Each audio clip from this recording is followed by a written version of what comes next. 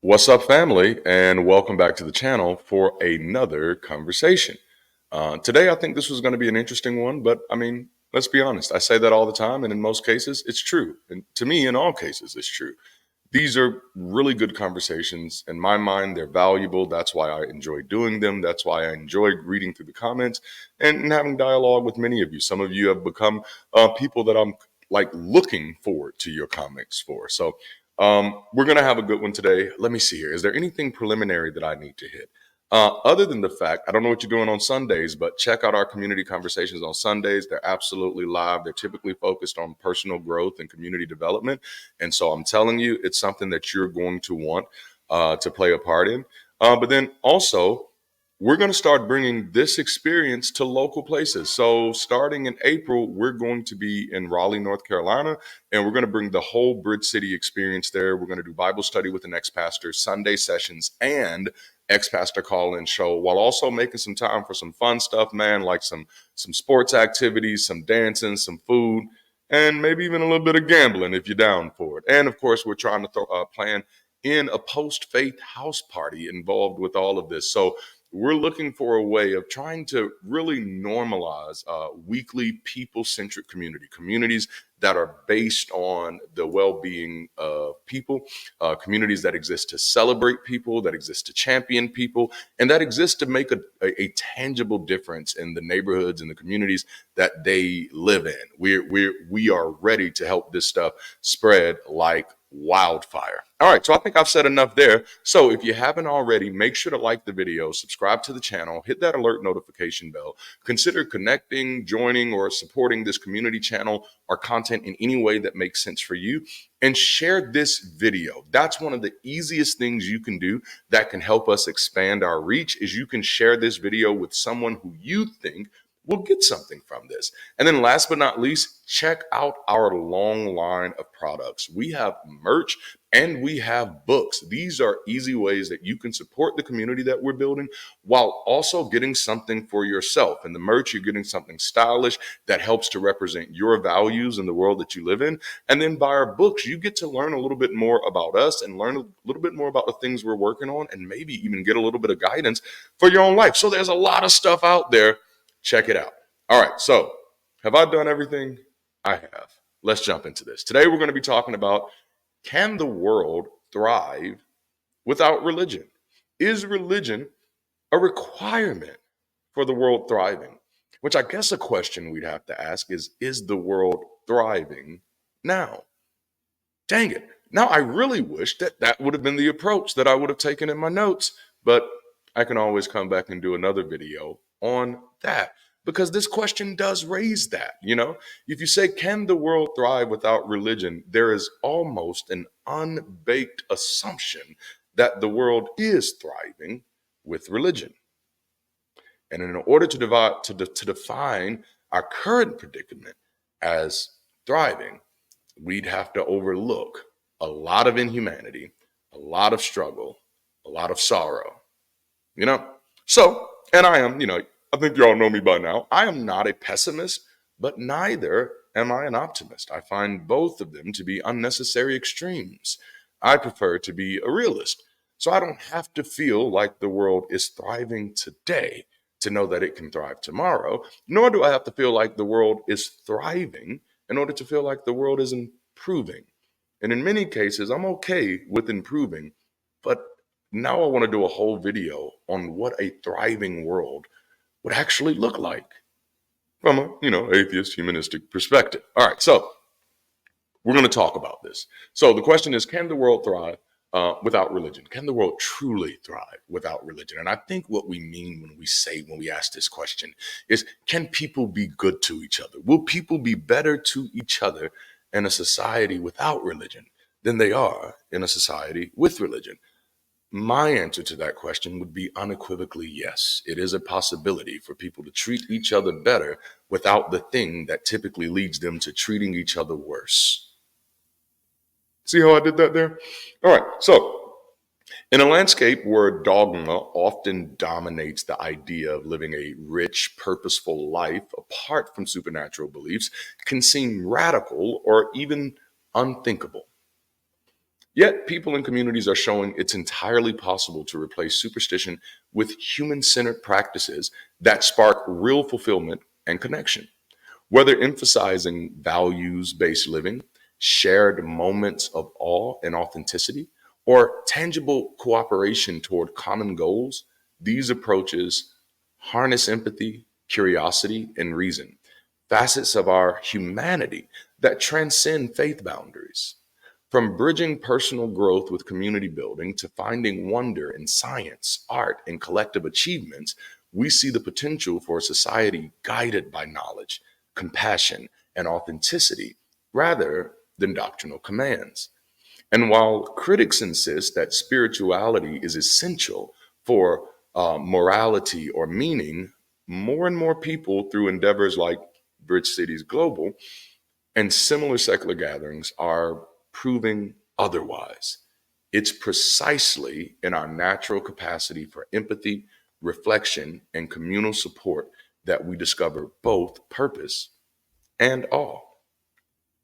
Yeah, this is going to be a good one. Let me get my mouse set back right, y'all. So, the big point is that people in communities can thrive without religious superstition by focusing on fostering human centered practices that cultivate fulfillment, awe, and togetherness. In today's conversation, we're going to talk about how. The first way, which I've already kind of mentioned, is just simply by cultivating human centered practices, focusing on value based living. Build community values around empathy, compassion, integrity, and accountability rather than supernatural rules. These principles resonate with shared human experiences and they drive meaningful interactions. Encourage individuals to define and assign their own purpose through personal exploration, creativity, and contribution to the well being of others. It was philosopher Bertrand Russell who had the idea of a good life inspired by love and guided by knowledge. In his mind, this highlights a secular path to fulfillment, and I am inclined to agree. Russell agreed that love and knowledge are the dual pillars of fulfilling life. Love and knowledge are the dual pillars of fulfilling life. The relationships, the positive relationships we have with others, the positively reinforced relationships we have with others, and knowledge, closing our knowledge gaps, reducing our knowledge traps, and removing those knowledge caps. It says these are the dual pillars of a fulfilling life. And that's worth a whole fucking conversation on its own. His idea was that love fosters connection, empathy, and mutual support, while knowledge empowers us to understand the world and ourselves, paving the way for informed decisions and personal growth. By emphasizing love as an emotional anchor and knowledge as an intellectual compass, Russell provides a balanced and actionable framework for secular well being. So that's one. Cultivating human centered practices is one of the ways that we can help a world thrive without religion by value based living and helping people assign and define purpose and meaning for themselves. But there's also creating moments of awe. And the reason I'm hitting these things is because many of these things are things that sometimes we have conceded, erroneously, if I may add, conceded to be products of religious superstition or spirituality. And well, let me say it this way: products of religious superstition or religious spirituality. Because there are people who have frameworks of spirituality that don't require an appeal to superstition. Daniel Dennett was one of those people who had a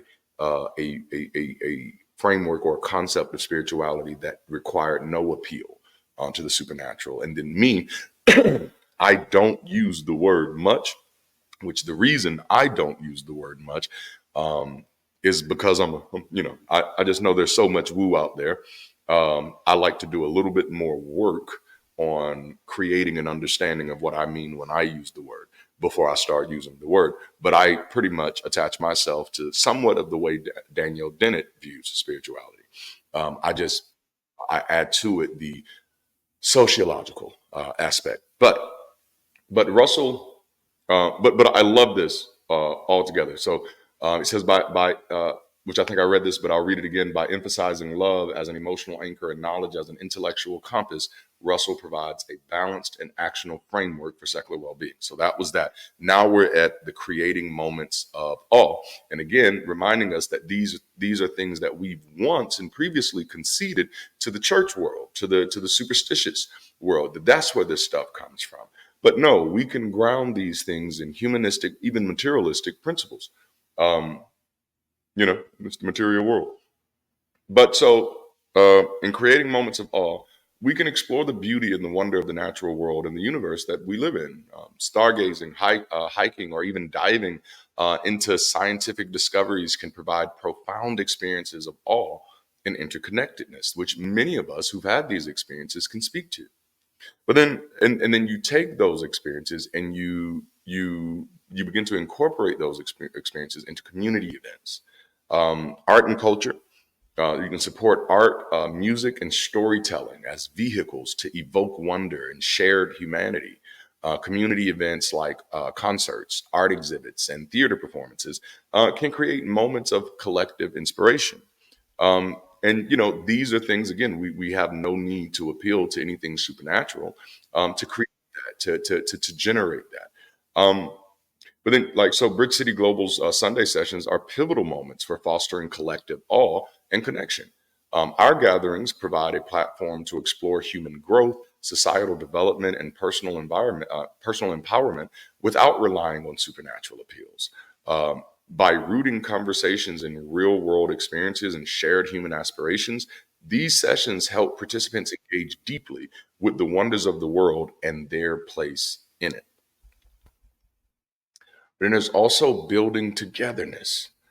And typically just around shared goals, developing community projects that bring people together to solve problems or achieve collective aspirations, like cooperative economics, sustainability initiatives, or local advocacy. And shared goals are foundational, but achieving them requires committed collective action. Pooling resources and energy amplifies the impact of our efforts, turning aspirations into actionable outcomes. Cooperative economics and shared responsibility ensure that the community's goals are met with tangible results, fostering both accountability and progress. But then there's also when building togetherness, because when you talk about can a world thrive without religion, these are the things that people who believe that it can't are going to point to. They're going to say, well, how will people come together if there's no religion? How will people experience awe if there is no religion? And we're answering those questions. But one of those ways of building togetherness is inclusive ritual and celebration. Creating secular rituals that celebrate milestones, which, by the way, is not a new thing. Secular rituals is not a new thing. It's not something that we have to create. In many cases, many of these rituals were already naturalistic and materialistic in purpose and in foundation in the first place. They had very functional, pragmatic utility in their origination, in their point of origin. We later applied our superstitious aspects and even some of our fictitious and mythological aspects in order to somehow make this relevant to today. It was a way of building a bridge of contemporization, which I don't think was the best way. The best way, was not to say, hey, here's this celebration where we celebrate the season changing. Let's now replace that with celebrating the birth of a deity. Don't feel like that was the smart move, you know. But creating secular rituals that celebrate milestones, seasonal changes, or cultural heritage helps to reinforce community bonds without invoking supernatural beliefs. Examples include annual gratitude gatherings, personal growth milestones celebrated collectively, or community storytelling rites where members share lessons and aspirations. These rituals reinforce a sense of belonging while respecting diverse backgrounds and perspectives, which means we shouldn't have to have a religious reason to celebrate as a community, our adolescence coming of age. Would have the opportunity to take a more grounded approach to that, a more flexible approach to that. And not only that, but just all other things. So there are all different types of things we are able to do, but we're going to have to lend our minds to it. Birthdays can be communal. Anniversaries can be communal. Don't have to be. Probably would be a little weird, but I'm just saying they can be. That's the thing, and that's why a lot of times when people are looking for a blueprint for community, I'm like, there's only so much that we could really give you. We can give you a framework, right? We can give you a blueprint for a framework of community. Like, here's some things you need to have it set in place. Here's some things that you need to be on the lookout for, making sure you have in place as your community continues to grow, because there will be things that you're able to have on day one that you won't be able to have on day 500, but you need them on day 500 and you weren't thinking about those on day one. So you need to be prepared. So there's stuff like that. We can give you a framework, but the ultimate blueprint of your communities are organic. It's going to be based on the individual members. Every member who joins a community ultimately changes or even evolves, transforms the identity of that community. You know, and so if you try to start a community with like, hey, we're going to do all of these things and it's going to be just like this, you're probably not going to build a very sustainable community, because like, and that's, I mean, that's the difference between community and corporations. Corporations exist for a point. They exist for a profit. They exist for a point. They exist for a profit. Communities exist for people, period. That's it. They exist for people, period. And ultimately, that's going to be the difference between superstitious community and secular community. Because superstitious community has always existed, for the most part, at least the ones I was connected with, for God and for people. Okay? Corporations exist for a specific point, and that point is typically a profit. You know, superstitious communities, um, they exist again for God and for people. You know, which is why, again, I do warn people that, like, or not warn people, I try to remind people that, remember, churches right now, until secular communities get on the ball, churches right now are one of the only places that are committed to weekly routine personal growth and development. It's just laden with bullshit, but that's the commitment. And that's a great commitment. That's one that, and obviously I'm biased as a former pastor. You know what I'm saying? But I feel like that's the commitment that we should have from people in this secular community as well. So if the superstitious community exists for God and for people, the difference between the superstitious community and the secular community is that the secular community exists for people, period. People, period. People, period. I had to throw that T on it. All right. So, yeah, yeah. So, and of course, like I said, these type of rituals do reinforce a sense of belonging. Um, Other things that really secular community can do is facilitate open dialogue and inquiry, creating safe spaces for discussions, hosting forums, workshops, or social gatherings that encourage dialogue on philosophy, ethics, and just overall human progress. Bridge City Global Sunday sessions create vital space for meaningful dialogue and relationship building. Unlike traditional institutions rooted in dogma, our sessions focus on the realities and aspirations of individuals and communities. We provide an inclusive environment where personal growth and collective progress are prioritized. Again, people, period. If you haven't watched our Sunday session series called Thesis of Secular Community, I highly encourage you to go back and watch that one, because it really highlights much of what our plans are. So almost everything you've seen us do throughout the year and everything you're getting ready to see us do throughout the next year, we pretty much talked about it in that. And one of the pivotal moments in that series, where I just kind of released this mini manifesto that basically ends with, "It's the people, stupid." And that response is an answer to, well, without God, why would you still do this stuff that looks like church? It's the people, stupid. That's why we still do this. That's why we still need community, for the people. I'm a part of several groups right now, and the one thing that I see is that much of what we've created, not all, but much of what we've created has just become echo chambers of what we're mad at and not generators for what we need to feel better about life. And I'm overwhelmingly uninterested in that. You know, I've been broke my whole life, so I'm good at being mad. I know how to do that. I want to know how to be better. I want to know how to take an active role in my life. I want to know that there are other people who are trying to do the same things for their life so that then we can commit to do those things together instead of just creating things where we come together just to talk about how bad it is and how we ain't going to do nothing about it because we're all too sad and we're all too traumatized and we're all too fucked up. These are not great selling points. This, an attractive community, does not make, you know? And that's a whole nother thing. Like, there's nothing wrong with being attractive secular community. I'm not talking about individuals. I'm talking about our community as a whole, you know. That's right. We're gonna get good looking around here. Now let me stop. All right, so education and growth is another area. Promoting lifelong learning and critical thinking through books, courses, and events.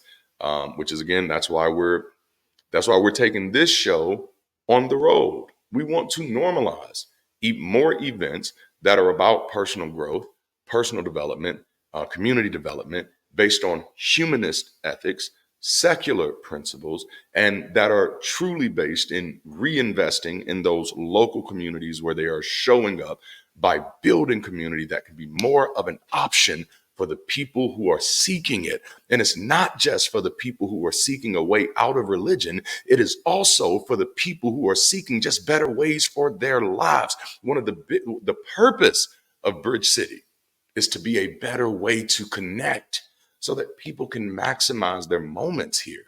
You know, that's the power of connection. That's the power of connectivity, collaboration, collective work, collective action. That's the power of that. It allows people to excel. It allows people to upskill. It allows people to upscale, you know? So many societal challenges that we're dealing with now are rooted in educational gaps. What I kind of mentioned earlier, those knowledge gaps, those knowledge traps, and those knowledge caps. By championing lifelong learning and fostering community driven opportunities, we empower individuals to address these gaps collaboratively. While formal education remains valuable and viable, community learning environments offer unparalleled accessibility and relevance. And so, when it comes to the structure of the church, this is one of the areas that they have excelled in that the secular community can afford to learn some things from because their whole their whole ideology is education. It's just pseudo education. But they meet every Sunday and every Wednesday, some of them, because they are committed to being lifelong learners of bullshit. We can commit to being lifelong learners of reality. This is good. This is good. And I will highlight that, yes, I do love the fact that some of the communities that do this, they make their sessions really scientific based. And so it's just random. Every week you're gonna have a talk from a new expert. I like that, but I'm gonna help you out here. The reason that's not as attractive as it could be is because that's not how education works. That's a weekly TED talk, so you're not building on anything. There really is no point. And unfortunately, with all good intentions, even unfortunately, that overlooks the opportunity to help people. And that's what conversations are best served for, Um, and I'm more than welcome. I'm more than willing to help people who are interested in those type of things, but want to integrate them in a way that will be attractive, in the sense that people are going to want to check it out, right? To be attractive, and to also be effective, right? So, um, man, this is getting into good conversation. All right. So another aspect that we typically attribute to a world with religion is promoting community support and well-being. But this is also something that we can do without religion. We can establish systems where members support each other through challenges like emotional distress or practical needs, emphasizing collective resilience. We can create our own mutual aid and support programs. And I'm not saying this as somebody who's never experimented with this before. That's what my church was. My church was a mutual aid program. For the most part, every church is, you know, and there's no reason that the secular community can't be doing that same thing. And then we really have to ask ourselves if this is something we could be doing to make a difference, and it's something we could easily be doing to make a difference. Why are we not doing it to make a difference? Just me. Well, see, I wouldn't have to ask that question because I am doing it to make a difference. You know, but for those of us who's not, we got to ask ourselves those questions. But cooperative economics strengthens community bonds by pooling resources purposefully to address collective needs. This approach empowers communities to provide real time solutions while showcasing the viability of non religious support systems. So, there are certain things in this world that people think are not possible without religion because it is primarily religion that is marketing those things.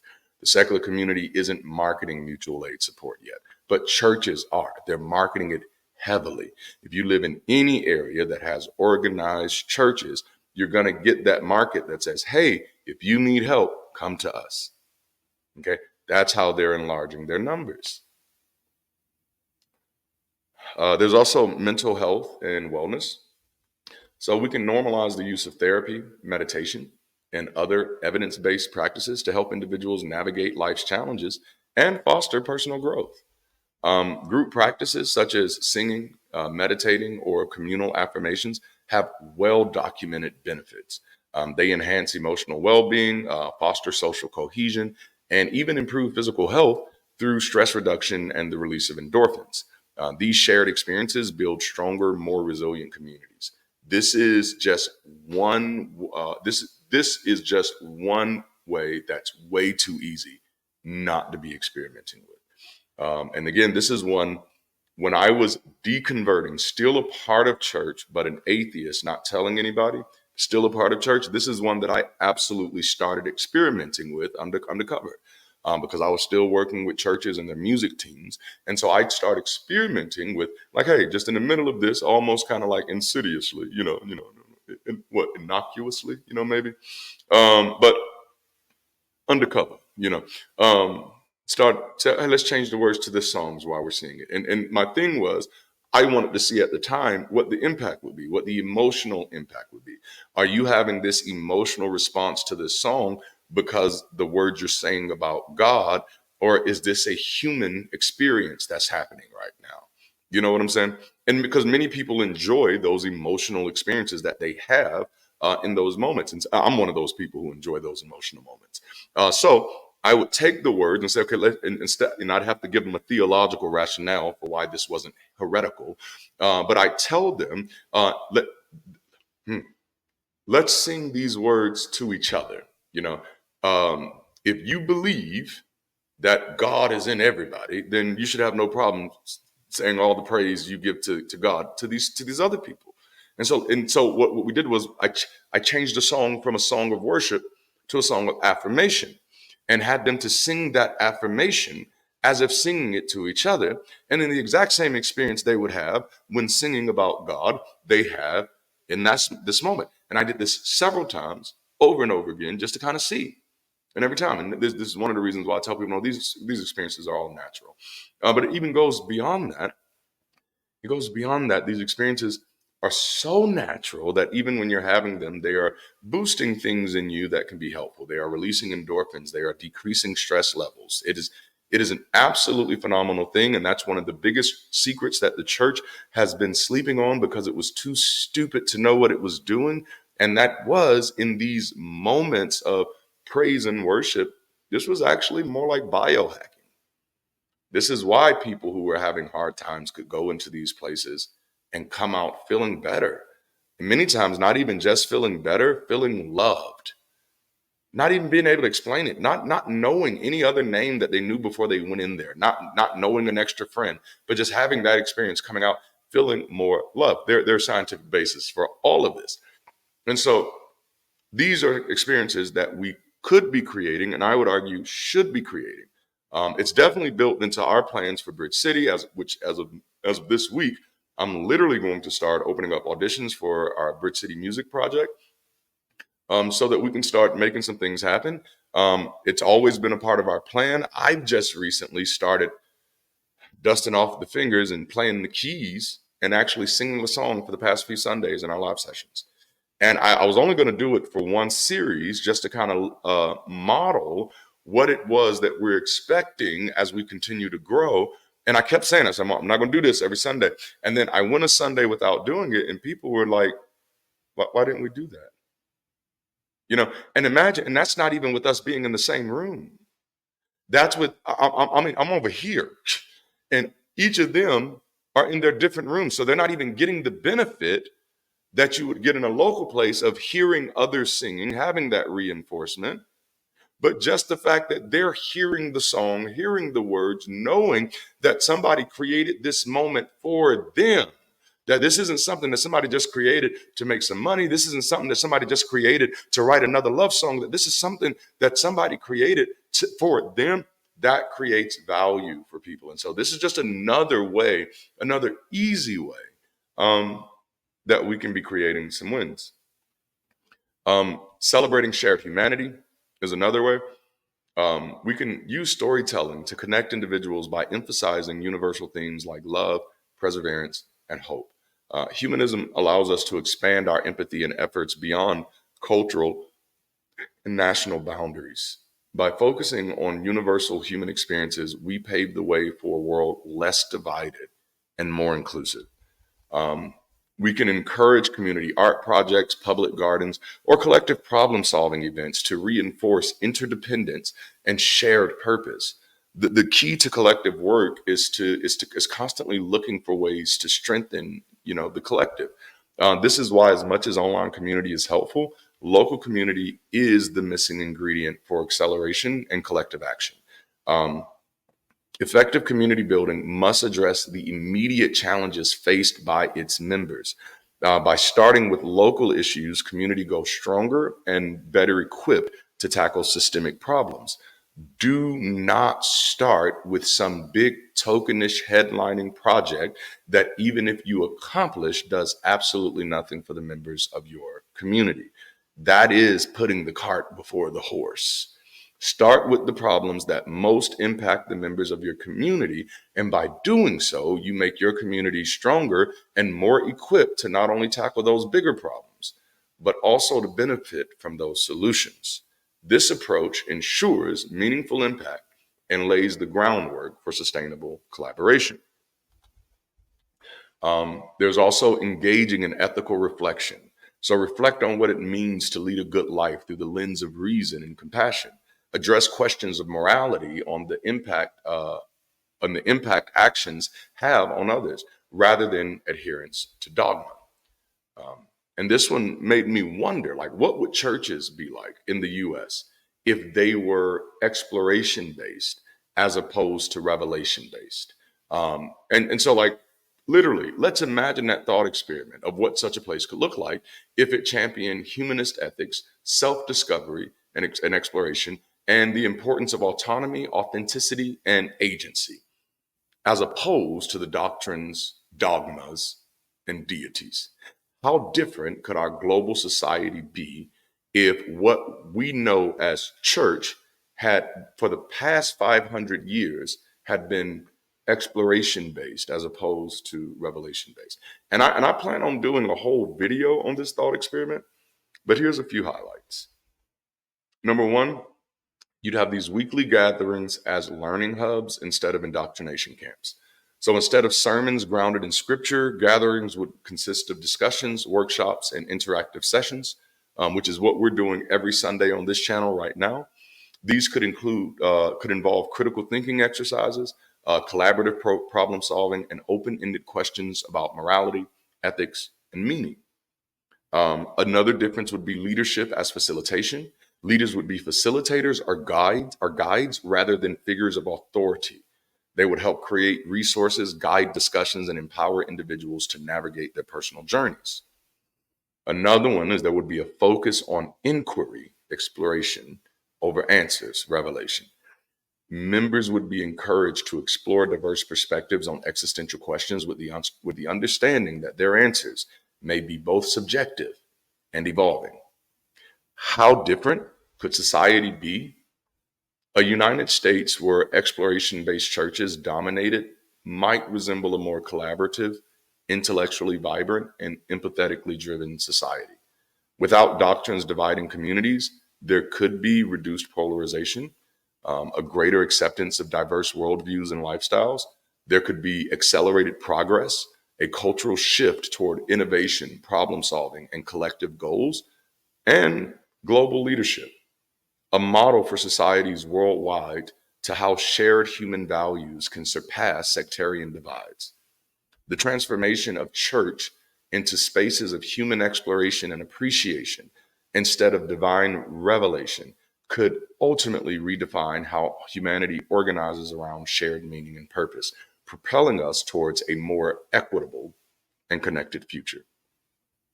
Now, just to kind of close this conversation out, I want to give a few examples of secular fulfillment because that is kind of the idea. Like, there's no fulfillment if you're secular. I'm fulfilled as a motherfucker. You know what I'm saying? That's why I can smile after I say shit like that. Like, man, life is beautiful to me. But events like secular solstice, Sunday assembly, and now Bridge City weekends celebrate life, connection, and progress without religious frameworks or appeals to superstition. But then there's also volunteering, you know, giving time to causes that improve lives fosters a sense of purpose and shared responsibility in ways that are many times difficult to calculate. Nearly every skill that I've developed in life that has increased my capacity to help others in community and the corporate world, I've developed as a volunteer. As a Black man in the South, I really could not get hired doing any of the things that I wanted to do. But the communities that I cared about had opportunity for me to volunteer to do those things. That was one of the greatest gifts that I could have given myself because I learned that not only does volunteering help other people, it also gives me free hands-on training, allowing me to accelerate my skill development. When I realized this as a pastor, I changed all the titles of my church staff and volunteers to reflect the very real skills that they were developing in those roles so that they could use those roles to benefit their resumes. Um, Much of what qualifies me to do the work that I do today, I got that by volunteering for other organizations. That's how I'm able to manage operations, manage projects. This is how I'm able to lead large scale programs is because when nobody would pay me to do it, I was doing it for free for the communities and organizations that I loved, you know. And then on the other side of that, I had developed undeniable transferable skills that makes me valuable in almost any fucking room that I'm in. And this is one of the reasons why I'm passionate about community, because there is so much opportunity to expand ourselves, build ourselves, and make a difference that we're fucking overlooking. We're literally sleeping on gold right now by not building community where we are. So, volunteering not only benefits communities, but also provides invaluable skills and experiences for the individual. It fosters a profound sense of purpose and responsibility, demonstrating how collective effort can lead to personal growth and societal advancement. And then there's also the exploration of wonder, which is an amazing place that we get that fulfillment. And this is an amazing place that we can have an impact on the world without religion. Experiences like watching a space launch or diving into scientific achievements inspire awe and a deep connection to humanity's potential. Simply sharing emotional or insightful experiences with others also invokes an exploration of wonder, as does growing with others as a community. Marking the milestones of personal growth and sharing those testimonies with others enlarges our sense of wonder. And even seeing how the community grow in numbers and active projects can impact wonder not only for those within the community, but also those who are on the outside looking in. By focusing on shared humanity and evidence based approaches to well being, communities can create fulfilling lives rich in connection, joy, and meaning without religious superstition. Ultimately, thriving without religion is not about discarding celebration, morality, or collective experience. It's about recognizing that we can reach those heights of meaning, love, and shared progress through our own innate, tangible realities. Empathy, creativity, critical thinking, and a deep curiosity about life's wonders. Rather than submitting to supernatural mandates, we learn to cooperate for tangible goals, to affirm each other's growth, and to celebrate life's milestones with rituals grounded in real world compassion and consideration. This shift doesn't negate the importance of communal bonding or moral commitments, it reframes them as profoundly human endeavors rooted in mutual respect and understanding. In doing so, we build healthier, more equitable communities, places that champion self discovery, solidarity, and well being over dogmatic rules or unverified claims. As these principles spread, they offer a glimpse into a future where people everywhere can thrive on the strength of our shared humanity, finding wonder not in mysticism, but in the remarkable tapestry of life itself.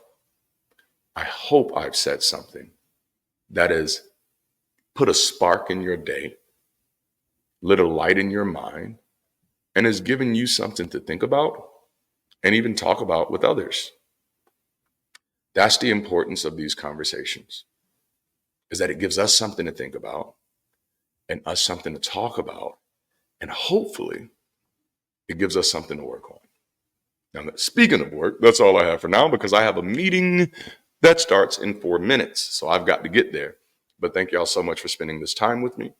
I appreciate you all very much. If you haven't already, make sure to like this video, subscribe to this channel, hit that alert notification bell, share this video right now with anybody and everybody who you think it would make a difference in their lives.